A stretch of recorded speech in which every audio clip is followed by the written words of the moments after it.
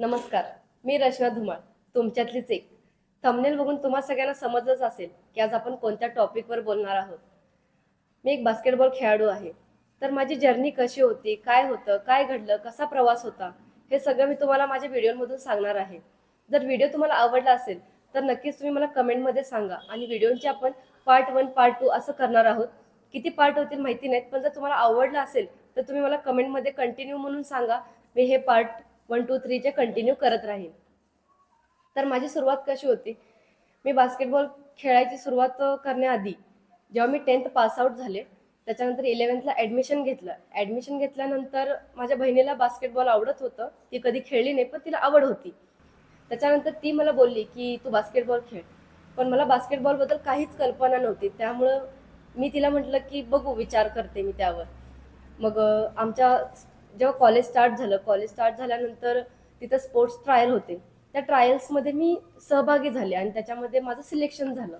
माझी पर्सनॅलिटी असल्यामुळं लगेच माझं सिलेक्शन झालं आणि त्यानंतर माझे स्पोर्ट्स कोच होते.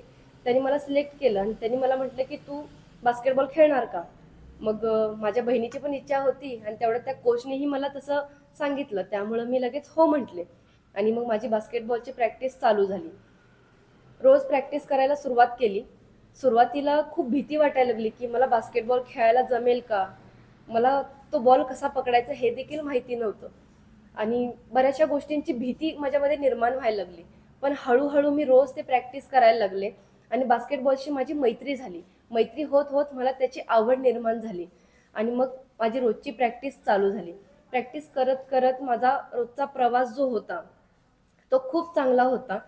सकाळी लवकर उठायचं, प्रॅक्टिस करायचं, परत संध्याकाळी प्रॅक्टिस करायचं, दिवसभर कॉलेज करायचं. म्हणजे खूप हॅट्रिक होतं, पण आवड निर्माण झाल्यामुळं कुठेच थकवा जाणवत नव्हता. असं वाटायला लागलं, की आता आपलं बास्केटबॉल म्हणजेच आपलं सर्वस्व आहे. यातच मला करिअर करायचं आहे. मी त्यावेळेस ते डिसाईड केलं होतं.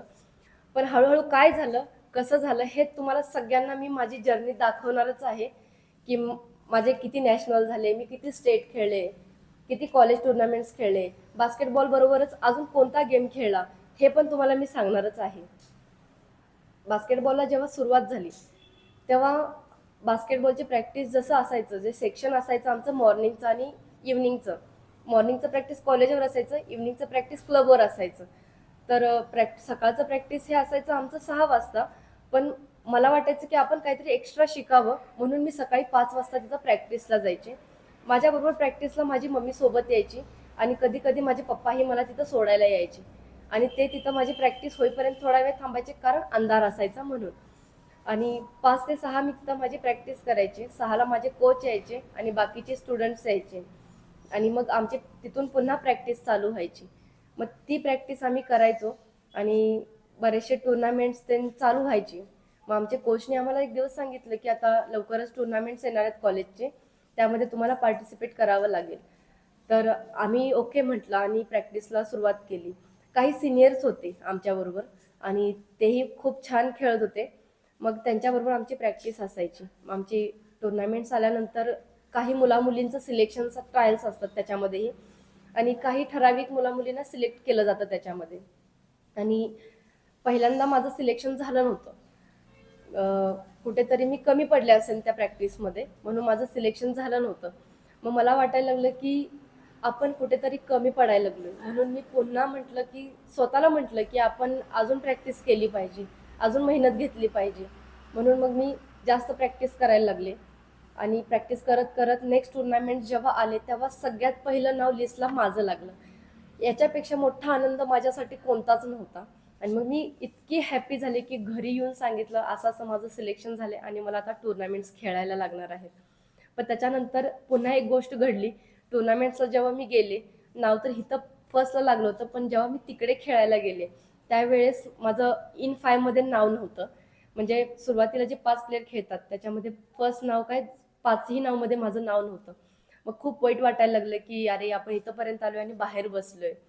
म्हणून मग ते गिल्ट माझ्या मनात राहिलं, की इथपर्यंत येऊन जर आपल्याला बाहेर बसून बघावं लागत असेल, तर मग आपल्या खेळाला काहीच अर्थ नाहीये. म्हणून मग तिथं स्वतःला एक मोटिवेट केलं बाहेरच बसून, की भले आज आपण इथं बाहेर बसलोय, पण बाहेर बसून आतल्यांचा गेम बघूया. ते काय खेळतायत, कसं खेळतायत. ते पाहूया आणि त्याच्यातून आपण मोटिवेट होऊया आणि नेक्स्ट टाइम जेव्हा आपण टुर्नामेंट्सला येऊ तेव्हा इन 5 मध्येच आपण खेळलं पाहिजे, हे मी स्वतःला त्यावेळेस सांगितलं. आणि नेक्स्ट टुर्नामेंट जेव्हा आली तेव्हा इन 5 मध्ये जेव्हा मी खेळले, माझा गेम जेव्हा बघितला गेला तेव्हा सगळ्यांना कळालं की रचना धुमाळ काय खेळू शकते. आणि जेव्हा बाहेरचं चेअरिंग होतं माझ्यासाठी ते मला खूप इन्स्पायर करण्यासारखं होतं आणि मला खूप आवडायला लागलं की अरे म्हटलं खूप छान आपला आता प्रवास सुरू झालाय. हे असं करत करत माझे टुर्नामेंट्स चालू राहिले. तर अशीच माझी जी जर्नी होती किंवा अजून काय घडलं आणि पुढे काय काय घडलंय हे तुम्हाला सगळ्यांना मी सांगणारच आहे. तर आपण अशाच व्हिडिओमध्ये पुन्हा भेटूयात पार्ट 2 मध्ये. माझ्या जर्नीमध्ये काय झालंय आणि काय घडलंय हे मी तुम्हाला नक्कीच पुढे सांगत राहीन. तर पुन्हा भेटूयात अशीच एक मनातली गोष्ट घेऊन पार्ट 2 मध्ये. आणि आपल्या व्हिडिओला तुम्ही लाईक, कमेंट, शेअर आणि सबस्क्राईब केल्याबद्दल मी तुमच्या सर्वांची धन्यवाद.